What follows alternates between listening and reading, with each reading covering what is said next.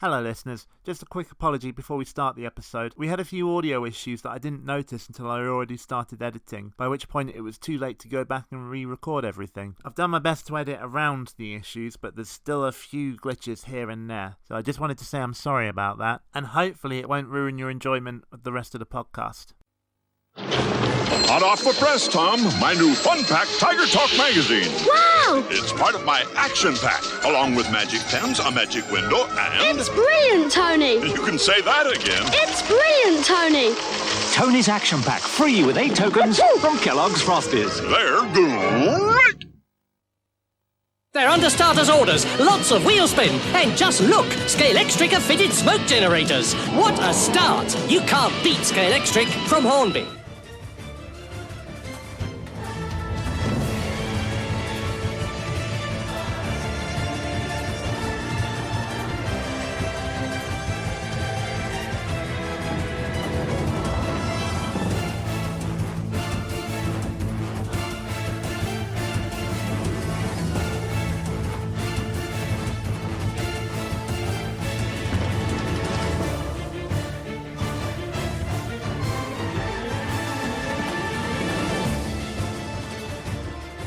Welcome listeners of Illusion to episode 3 of Temporal Discussion, the episode by episode retrospective podcast about everybody's favourite kids TV show, Nightmare.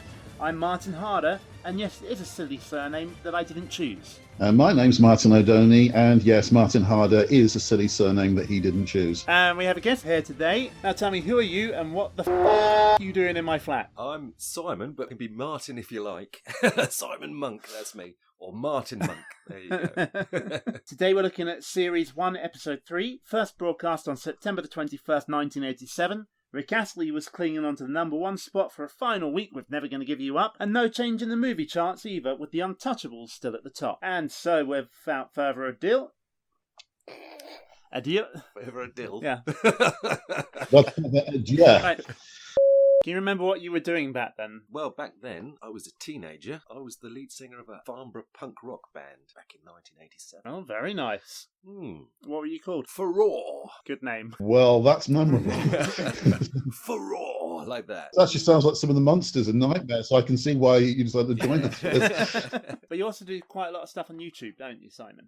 Yes. I am the Phantom Monk on YouTube, and I do low-budget filmmaking type things, horror effects and stuff like that. Can I just point out the sweatshirt I'm wearing, by the way? Oh, that's very cool. For those who are listening, Martin has just pointed out his David Rowe Nightmare sweatshirt. I've got one myself, actually. They are very cool. The image is of a Dungeoneer walking through some kind of a goblin tunnel. Now, the image first appeared in 1989, I think it was, on the front cover of one of the Nightmare novellas called The Labyrinths of Fear. That is bound to come up in a pub quiz at some point in your lives, everybody, so remember that. What we'll do, I think, is we'll put a link to the store in the description for the episode. Check out David Rowe's store, buy some Nightmare stuff. So without further ado, let's crack on with the show. Welcome, Watchers of Illusion, to the Castle of Confusion. Phase across time with us once more, for this is the age of adventure. So to begin with, we get the usual pre-recorded greeting from Treguard, just like we did last week, and then we're into a Dungeon Ditty. The Dungeon Ditty, for those who are new to the podcast, is the little poem that Treguard does at the beginning of the episodes to update us on what's come before. I like the Dungeon Ditties, but a common problem with them is some of the virtual rhymes that they use are extremely corny. It doesn't just happen in them, I should mention, that people talk in rhymes quite a lot in Nightmare, and a lot of the time, they're just not really rhymes. I have flashbacks to the Bongo episode of Dramatic Readings. So when it comes to sun and fun and goodness in the jungle, they all prefer the sunny, funny one they call Mbongo. Mbongo does not rhyme with jungle!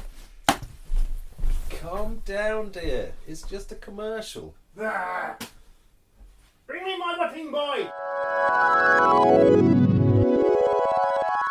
Simon and I work together on a YouTube channel called the Broom Cupboard Club, and one of the things we do is something called Dramatic Readings, which is basically me playing a character reading out kids' TV theme songs and advert jingles as if they're Shakespeare. I do miss Mbongo. I liked having a little carton of them to take to school with me. It's still around, and you can get them in like Happy Shopper and stuff like that.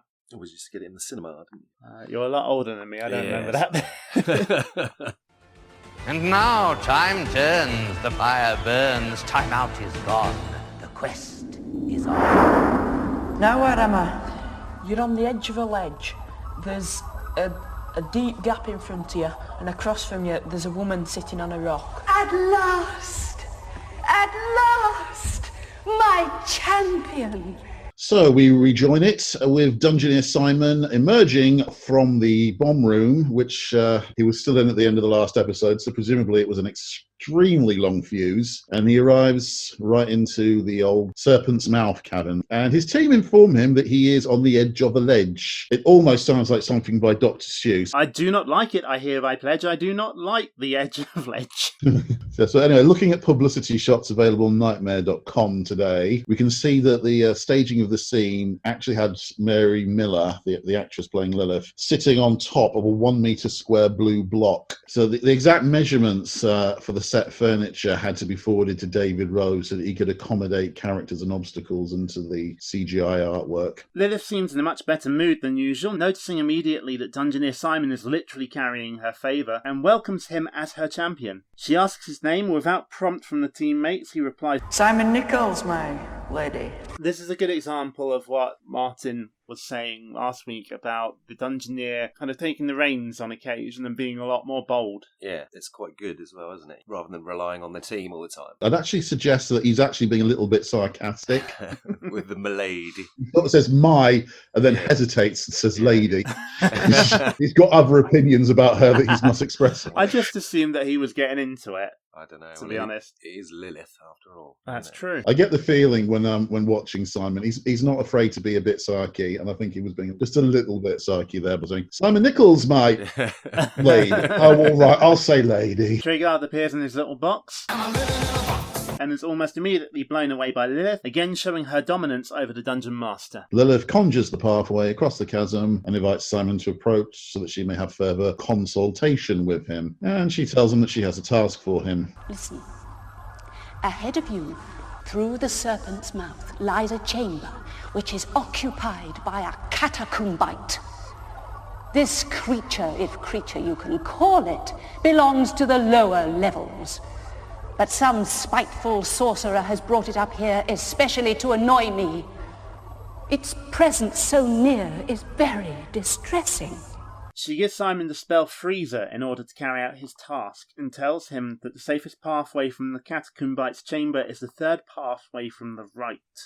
The team are furiously writing everything down when Lilith gives Simon a second spell, Flare. She bids him farewell, and before they leave the chamber, Trigard explains to the team and us how spells work in the dungeon. We were talking about this earlier, weren't we, Simon, about how it's nice that they get some educational stuff in. Yeah, something, educational. I think, given the average age of a contestant on Nightmare was roughly 12, I think they're probably past the age where they need spelling lessons where you get taught how to spell well or flare. Yeah, but, I think it's maybe for the viewers as well. It's when you get to Shroud, that's the problem. Having said that, I must admit, some of the teams that we get later on, they probably could have done a bit of tutelage before they actually came onto the screen. Missed out the O! Letter O. But basically, the bottom line is, and I actually do quite like it. I do actually think it's quite a fun way of expressing magic. You cast a spell by literally spelling out the name of the spell, because it is actually a test of making sure that you've got some basic literacy, I suppose. The dispel bit, I'm a bit unsure about. I think teaching people to spell things wrongly is I'm not quite so sure I approve of the morality or the practicality of that. But it works context. It's just a play on words, really, isn't it? Spellcasting, and quite a clever one, in my opinion. The thing that's missing from Trigard's explanation is something that we've never actually been too sure about, which is mentioning Neil's team in season 2. They tried another thing in one scene, which they called turn spell, and the producers appeared to respond to it, but we've never actually found out exactly what that was. It was when dispel failed, they tried something called turn spell, and it did actually cause a magic effect. So what exactly turn spell is, I don't know, but it does appear to be a legitimate chant. The team delegate advisor Johnathan as the spellcaster and guide Dungeoneer Simon into their next chamber. This is definitely the best episode so far, and one of the reasons is we actually get something different. Farewell, Simon! Farewell! Now where am I? Simon, for goodness sake, don't go any closer. You're relatively safe as long as you stay put. This is a catacomb bite, which Lilith spoke of. It has no intelligence or self-will, but is virtually indestructible and must be neutralized by magic. And this is the point where Nightmare really kind of lived up to its name, because this thing was bloody terrifying. Something straight out of the Evil Dead, isn't it, really? Yeah. If you stay in the chamber for too long, it starts to lose its edge because you quickly realise that the catacomb bite is just another of those monsters which is just repeating the same motions over and over. Yeah. If you're looking too closely, you then start to lose some of the edge from it. But the fact that it's actually properly articulated and properly moving, and it's a warping of a human skeleton, a massive warping of a human skeleton, means when you first see it, it's terrifying. Yeah. And it was one of my favourite early monsters, the catacomb bite. It's actually quite iconic. There was a catacomb bite on the front cover of the first Nightmare novella book. Can You Beat the Challenge, I think, wasn't it? Or as it's called today, can you possibly find a copy in the shops anymore? Oh, it's got really difficult. They used to be 10 a penny. But they're not now. They're very rare. As I said, the catacomb bite is awesome. One of my favourite monsters. They handle this chamber quite well, but I do think Simon makes contact with the creature several times and gets away with it. Just under the skull as well, doesn't he? When he's ducking down, I think he touches it there. It's kind of hard to tell because it's obviously a 2D picture. There's no depth to the image is the problem, so that allows the production team a little bit of freedom of judgment. But anyway, so the catacomb bite must be neutralised with magic. Here's their chance to put their newly learned spellcasting skills to use. Spellcasting. F. R. E. E. Z. E. R. Well done, team, but remember, the creature is only neutralized. Even a brush against it can do untold harm.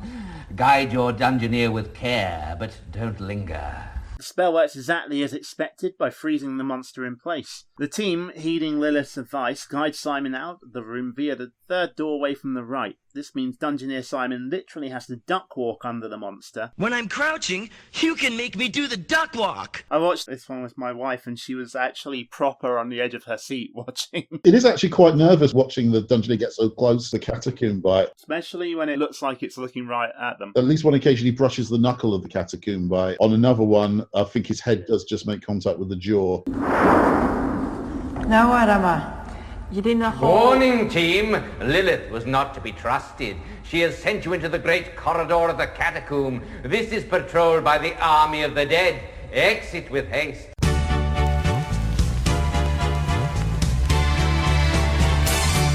Oh yes, it's the great corridor of the catacomb. But it disappoints time after time. Traeger talks it up, but it just ain't got the stuff. And yes, that was a virtual ride. Traeger tells someone to hold out the key in front of him if he has it, which of course he does. He holds the symbol out in front of him so that the team may see it and match it to the corresponding symbol in front of one of the doors. The fact that the corridor of the catacomb has one of those symbols again underlines the fact they are actually on the right path. Also, I think this kind of is the nail in the coffin of the thing from episode 1 where they claim it would have been enough to remember the symbol. Yes. Because Traeger specifically tells them they have to hold the symbol up because it is a key. But also, it's very unlikely they'd be able to remember the exact shape of the symbol because this has probably been several hours later. And that backs up my theory that episode 1 they just wanted a quick quest and a quick death just to show what the show was all about. Could be. It may just have been that was the way they were going to do it all the time and they decided to change it because they realised it wasn't going to work. The team guides Simon to the correct door and into the next chamber. Where am I? I don't know. The screen's totally blank. Simon emerges into the same darkened room where David met his grisly fate in episode 1. But this time, our team are actually prepared to deal with it. Spellcasting. F. L. A. R. E. And, I should mention, that they cast the flare spell without prompting from Traegard. It's definitely very refreshing after the last team. Traegard, when should I breathe in? Traegard, when should I breathe out? Yeah, exactly. What's my name? Traegard. It's happened on more than one occasion. What's your name, young Dungeoneer? What shall I say? That happens more often than not in Nightmare, actually.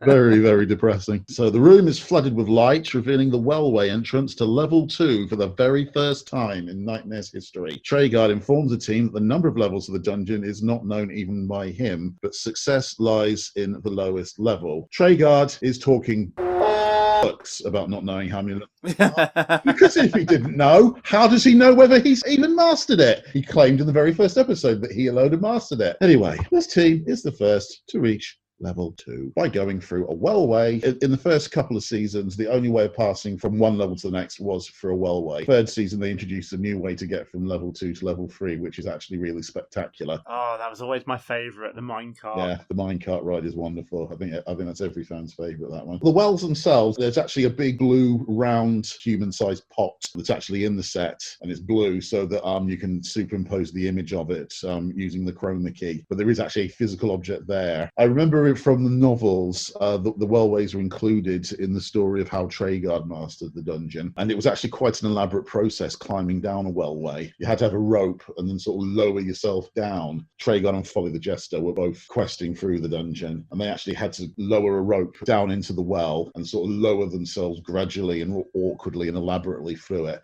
Here, they just jump in. There's a bit of a comic thing with the Dungeoneer landing and bending his knees. Perfect 2-point landing from a fall from about 30 feet above. Of course, in reality, if they had just done that, they'd have just broken their legs. And as the darkness begins to set in again, the team guides Simon into the wellway, and we get our first look at level 2.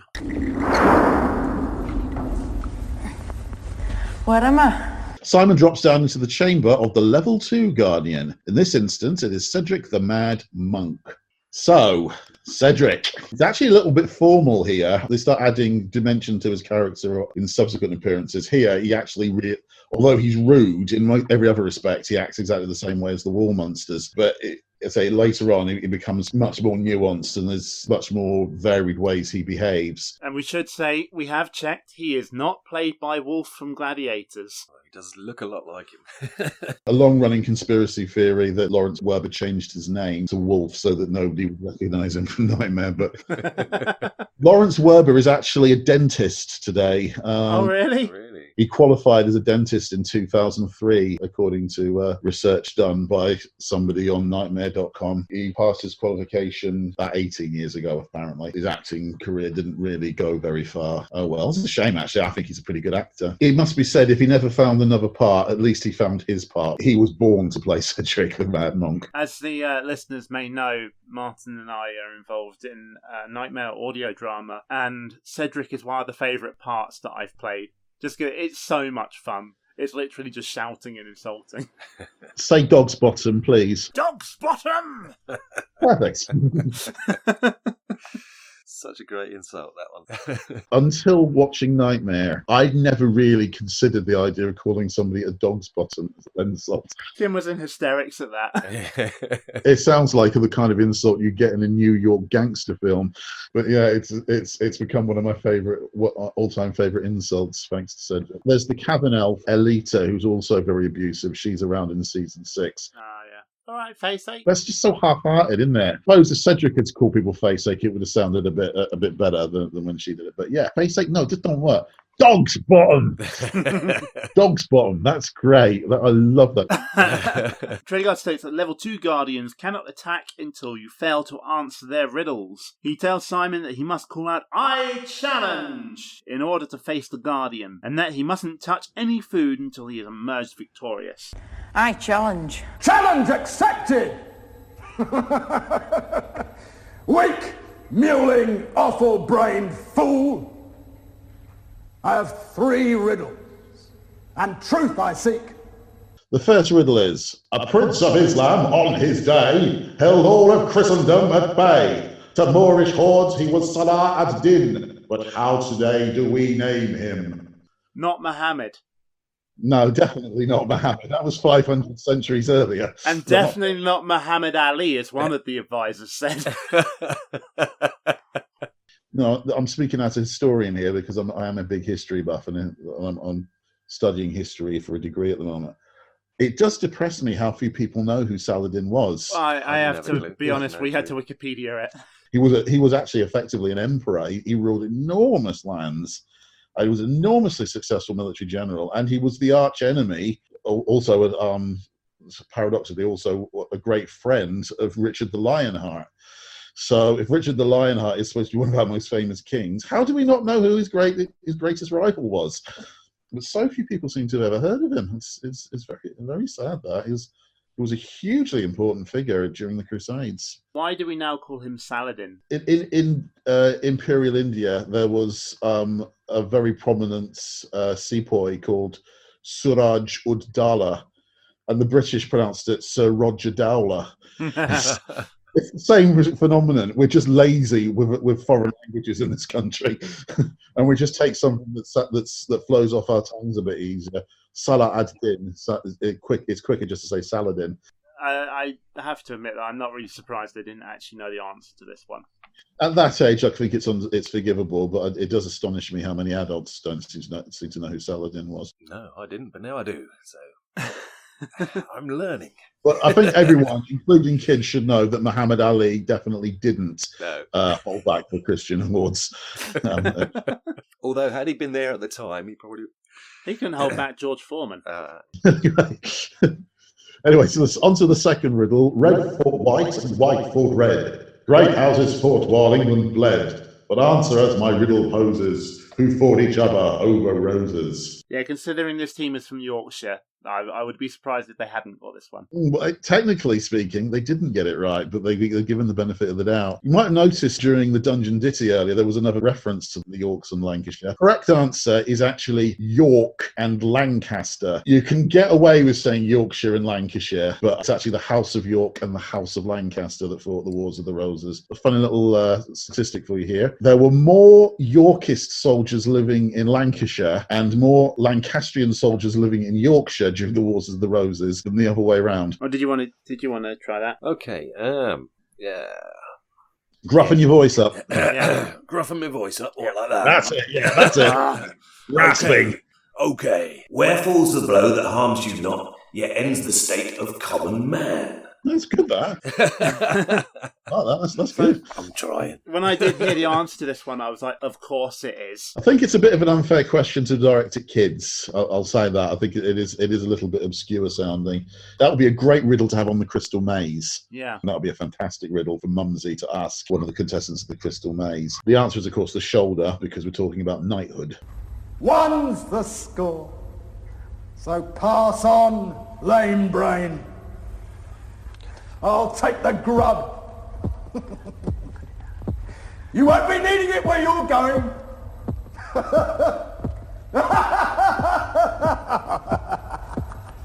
The team score 1. They're able to pass, but life force is critical and Cedric denies them access to food. They head into the next chamber barely clinging to life. Now where am I?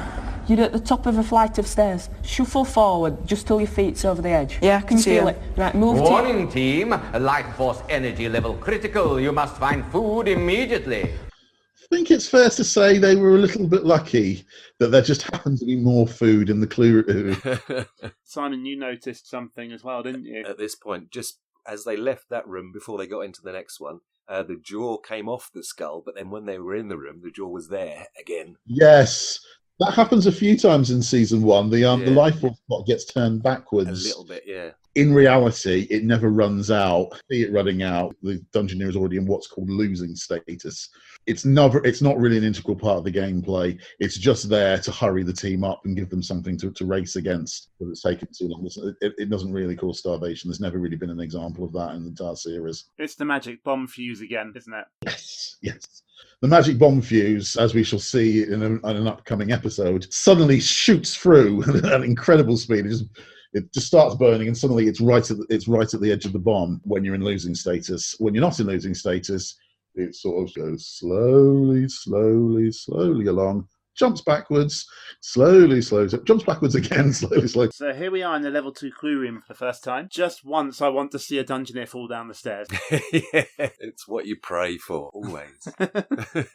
It does come close to happening a few times. I'm pretty sure the real staircase is a wooden staircase that's in the blue room. And there are times when you do notice the Dungeoneer is really close to stumbling and going down. I don't think they'll be allowed to use it today. There's something about the level 2 clue room I find really haunting. It always seems to be the perfect place in all of the dungeon, better than anywhere else, for having a ghost. And it often is haunted. And it works really well in there for some reason. I always associate it with the Oracle. That's one of the creepiest things in Nightmare. It's not scary and it's not dangerous. It's just otherworldly and unusual. The Oracle, it's something which has immense knowledge, but doesn't have any self-awareness. So it doesn't. All it does is just keep reciting facts at anybody who passes it. And that kind of detachment does emphasize the otherworldliness. It's in this world, but at the same time, it doesn't really seem to see anything about it around it. It doesn't seem to notice anything about it. If you're looking closely at the top of the staircase, watch for another ghost, which is the ghost of the banister rail. The first 2 seasons, I have to say it, David Rose screwed up. He'd set the top of the banister rail too low. And so most of the time when they're lining up the image on Rose artwork with the physical staircase and the physical banister rail that's on there, you can actually see a faint image of the real banister rail above the painted one. So when they reach out and grab the banister rail, a lot of the time, the Dungeoneers, they actually appear to be holding on to something barely visible above the rail rather than the rail itself. And it's a problem they never actually solved in the first 2 seasons. They only finally corrected it properly in the 3rd season, just in time to get rid of it. After the 3rd season, the room was gone, which is a shame. So here we are in the level 2 clue room for the first time. Simon puts the apple in his knapsack just in time. Literally all that remains of the life force clock is a single rolling eye. Once life force has been reinstated to green, they look at the other objects on the table. A key, some pills, and a bar of gold that Dungeoneer Simon initially mistakes for a snuff box. The key, it gives me... I come out in hives as soon as you mention him. Carry on. The key. Casper the Key! He is universally despised by Nightmare fans. I have never encountered a Nightmare fan who likes Casper. He's a stupid concept, and he is performed abysmally. It is actually Lawrence Werber again. If Cedric was his greatest triumph in acting, Casper the Key was... that was his nadir. Horrible high-pitched nasal voice and sounding so smug with himself. And he appears so often in season 1. It actually spoils the fact that we've finally got onto new territory and we got into level 2 at last and we're seeing all these new rooms. And then he comes along and say, can we go back to level 1 and talk to Granitas again or something? Treguard tells Simon if he's still carrying any level 1 objects, then he should abandon them before picking up anything else. He also says that he senses the presence of a sentient being. But can't tell if said being is a friend or foe. Foe. Definitely a foe. No, not a foe. Just irritating. It's just one of those people you hate because they're not actually unfriendly. You just wish they were unfriendly so you had an excuse to do something horrible to them. Simon picks up the key to examine it and nearly jumps out of his skin. Yeah, he does. Yes. Right, this key's got loads... Hey! Hey, watch it! Don't drop me! It's the key, mate. Hey! What are you doing? Ask it what it is. What are you? I'm Casper! Casper the Key! That's me! And even though I've seen that scene about 2,000 times in my life, I still jump out of my skin at that moment. But not quite the same reason. So Casper informs Simon that Merlin granted him sentience because he kept losing him. He had plenty of motivation to do that. He says that if Simon holds on to him, then he'll aid him in his quest, as long as Simon doesn't bang him about too much. The team decides to also take the pills and guide Simon out. I think they were quite lucky here, to be honest, because they didn't have any clues. Well, clues are actually rare on level 2. Although it's called the clue room, it's pretty rare that you actually get any specific advice whilst you're in there. You're actually a bit lucky if there's an oracle there or something like that. Come on! Now where am I? You're in a room. On the wall opposite, there's 5 doorways. A keyhole keeps appearing in each one. This is just a quick room put in so that they have to use Casper in some way. There's a short back and forth comedy routine before the keyhole settles in one place and Casper is able to unlock the door. Yeah, it's whack-a-mole, isn't it? Yeah. The interesting things, I don't think they realised it until after they'd already done it, and they tried to compensate later. Because the lock is moving around, it actually means there's no lock on the other doors until the lock moves to it. Those doors are actually wide open, that means. A door in the dungeon is only locked when you can see a lock on it or some other obstruction in front of it. There isn't anything in front of them. The Dungeoneer could just walk through them. A later version of that scene, Casper actually refers to that anomaly and comes up with a rationalisation against it. But I actually think that was a bit of a foul up by the producers. I think they didn't realise until it was too late that they'd actually created an anomaly there. Casper the key and rationalisation. I know. I didn't say it was a good rationalisation. The implication he was offering was just it's more dangerous if you go through them when there isn't a lock on it. It doesn't make a lot of sense. Really. You've got to admire those Amiga 500 graphics as well. Well, the standards of 1987, they are fantastic. And I was totally blown away by them at the time. And that's all I'm going to say. Are you impressed, Mr. Monk? I don't know. I mean, I had a ZX81. So so did I. There you go. I got Space Invaders and Muncher for ZX81. That was basically Muncher was basically Pac-Man for ZX81. And even the better loaders. I just used to buy their magazines and sit there for hours typing the games in that people had written. Yeah, and then you try to save it to the RAM pack, and it doesn't save it. So the next one, you've got to type the whole thing out. Yeah. I never really did the type-in stuff. We had a Spectrum Plus 2, I think. Oh, that's for lazy programmers. ZX81 is how I learned to do BASIC. I can still program in BASIC today, but why would anybody bother? The extent of my programming knowledge with BASIC is going into W.H. Smith, going up to the BBC Micro they had there and putting 10 print boobies, 20, go to 10, run. And then I did. My favourite was putting 10, print, irreversible systems failure, computer will explode in 30 seconds, and then running that. Then going to the front door of W.H. Smith, looking back and watching the staff panicking. Oh, I was a mean person back then. Hold me up! Quick! Now where am I? You're in a big room, it looks a bit like a library. And in front of you on the floor, there's 3 blocks. There's a chair. Ew! It's another puzzle! Yeah, I love puzzles!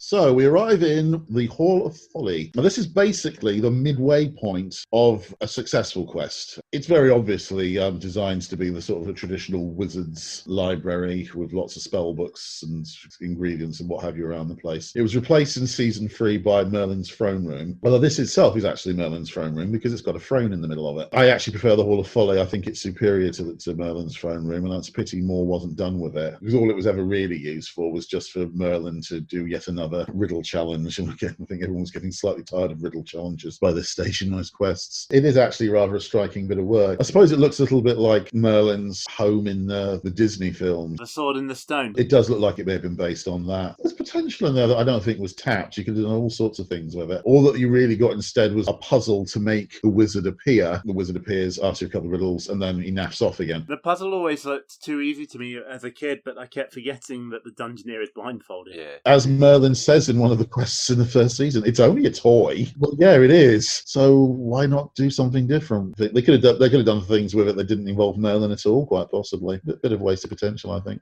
Right, that was it. Slide it up against the other block. This block. Very good. Hey, right. Come on. There's another block. Yeah. Just lift that up and put it on top of the block you've just moved. Right. Well done! Oh dear, what a splitting headache! But anyway, they complete the block puzzle here, and the very instant the final block is in place, here appears an old man with huge beard and very, very long mane of hair down his back and some very, very silly coloured clothes, which make him look like he's sort of dressed up in a dressing gown made in Hawaii. John Woodnut is just generally a brilliant character actor. I would agree with that, certainly. He's actually very famous amongst Doctor Who fans. The actual character of Merlin as portrayed in here is a stereotype. He's just a doddery old fool. I think is just about the weakest, lamest stereotypes in all of fiction, which is a shame. But John Woodman was an actor of enormous experience and expertise. I prefer his Mogdred to his Merlin. I think there were times when he was playing Merlin I think he was rather trying to play it up a bit too much. I think he realised that he was the only really well-established, really quite famous actor in the series at that point, with the possible exception of Mary Miller. And I think when he appeared, he tended to sort of embellish his performances a little bit, just as though to say to the rest of the cast, get in your place, which is behind me. So I think that approach was excellent when he was playing Mogdred. Having played both Merlin and Mogdred, I can vouch that Mogdred is definitely the most fun. It's almost always more fun to play the villain. It is. In our plays, I play Lord Fear, which means I'm also playing one of the arch-villains. I find it more fun than when I'm trying to play any other character. We don't actually see Mogdred in season 1. He's definitely part of the setup at this point. The reason we don't see him in season 1 is simply because nobody got far enough to actually encounter him. We do get to see a lot of Merlin. He also makes a reference to a character called Folly. Although this is the Hall of Folly, it's not got much to do with a character called Folly. And it's actually, it does come as a surprise to some people who included it did to me. I saw it at the time when it was first running the series, and I seem to always remember Folly as being integral to the whole of the first 2 seasons. It actually came as a surprise to me going back to watch it again a few years later, and to discover that Folly didn't appear at all in the first 3 quests. Who did you prefer, Motley or Folly? I wasn't a fan of either of them. I must make that clear. Neither of them are funny. Folly, I thought, was basically a rip-off of Timothy Claypole from Rent-A-Ghost. I don't know if you remember Rent-A-Ghost. A very, very similar laugh to Timothy Claypole, and a somewhat similar voice. I don't find him particularly engaging, but Motley, with his forced false Cockney accent and his constant, relentless moaning, I just couldn't bear him. It's not saying very much, but if it's a choice between the two, I'd rather have Folly in the story than Motley. But Merlin is pleased to see that Simon has discovered both Casper and his headache pills. Quite why such an apparently powerful wizard such as Merlin would require headache pills, I don't know. Perhaps he forgot the spell for curing his headache. He thanks Simon, but says he must do better. In this instance, doing better translates to answering riddles. I have said in favour of Simon and his team that they are much more assertive than the previous teams, but they missed a fantastic blackmail opportunity here. Merlin, give us all of your magic spells, or I'm not giving you the headache pills. Even worse than speaking louder, here's Casper. Give us lots of spells, or I'm not taking Casper with me any further. There's so many opportunities they could have had to really, really twist Merlin's arm there, and they missed it completely. What a bunch of numbskulls. Or dog's bottoms. The riddles, anyway. The first one is way too easy. What was the Prince of the Pond? Let's hear it, guys. Frog. That's definitely much too easy. There's just a chance somebody might say toad. Considering a few minutes ago we had a riddle about Saladin. Yeah, it's a bit of a leap from one extreme to the other, isn't it? And the second riddle, I think, was a little bit dodgy. A common magic, far from ground, removes small blemishes from one's hand. Well, soap is definitely the wrong answer. I need to stress that, because soap doesn't remove blemishes from your hand. It removes dirt from your hand. It doesn't necessarily remove blemishes. But wart charming, who the hell is ever going to have heard of that? It's a very, very iffy question, I would say. I had this conversation with my wife last night because we were watching it together. She had never heard of wart charming, and I was surprised that she'd never heard of wart charming, because I had heard of wart charming, and then I really thought about it, and then I realised the reason I'd heard of wart charming was because I'd heard it on Nightmare. Exactly. I'd be able to answer the riddle no problem today, but that's because I've seen it. The episode of Nightmare it's taken from. It was actually a similar riddle was used in one of the books as well, which is fine. But at the time, and especially children, who would have heard of it? Nobody. And then, of course, we've got the cat riddle as well. She rides at night on broomstick flight and cooks her spells in a cauldron black. Her robe is dark, her eyes are bright. But what precisely is her cat? There are so many answers that would actually be legitimate to that. I suppose so. Familiar, okay, yeah, I'll accept that is a perfectly reasonable answer. You could also say furry, four-pawed, glowy-eyed. The question isn't precise. It's not telling you exactly what it's asking for. What they originally said was black, yeah, and that could have been the answer. Yeah, I would have given them that one. Yeah, it's not precise enough. But they did apparently get the right answer. Oh, yeah. 2 is the score, and Merlin gives the team 2 spells. The first is called Anvil, and is offensive in nature.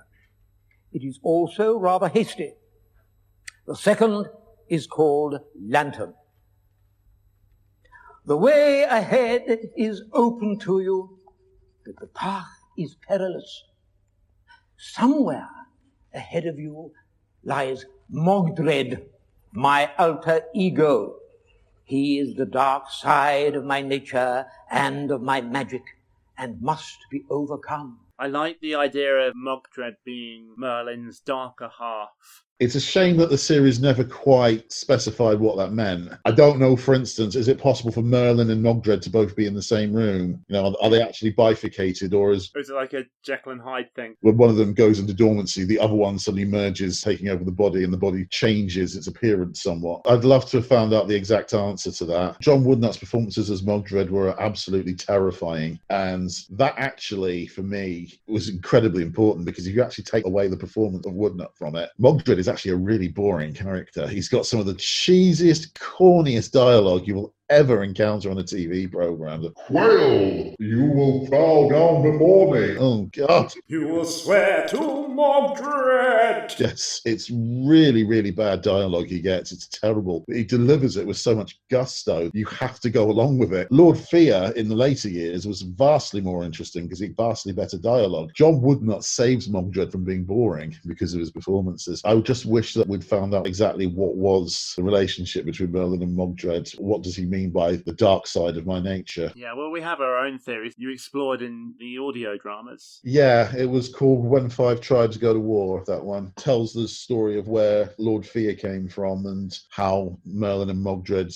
moved aside. With Merlin and Mogdred disappeared at the end of the 4th season without any real explanation, so I decided to explore possible reasons for why they left. There's no explanation for where Lord Fear came from within the TV series either. So we came up with an origin story for him as well. The idea I had in that was that Merlin and Mogdred were originally one person. He was just a good guy and the bad guy, and somehow the two halves got separated. The idea I had was that the intelligent and evil half of Merlin, by some magical means, broke off and became a separate individual, and what was left remained Merlin. The team guides Simon to the door, and as he enters the next chamber... Warning, team, a complete temporal disruption approaching. Time is now the enemy. Oh dear, a temporal disruption complete. And on that note, it's time for us to sign off as well. So, Simon, where can they find you on the internet? On YouTube, I am the Phantom Monk, so just search the Phantom Monk, you should find me quite easily. Same on Instagram, if you want to look me up on there. Martin, do you have anything you want to plug? No. If you're interested in the audio plays that we made to supplement Nightmare, you can find them on dunshelmplayers.wordpress.com, and you should be able to find your way from there. Okay, and if you want to follow the podcast on Twitter, we are at Nightmare Pod, and we'll see you next time. And in the meantime, don't have nightmares. Just watch them instead.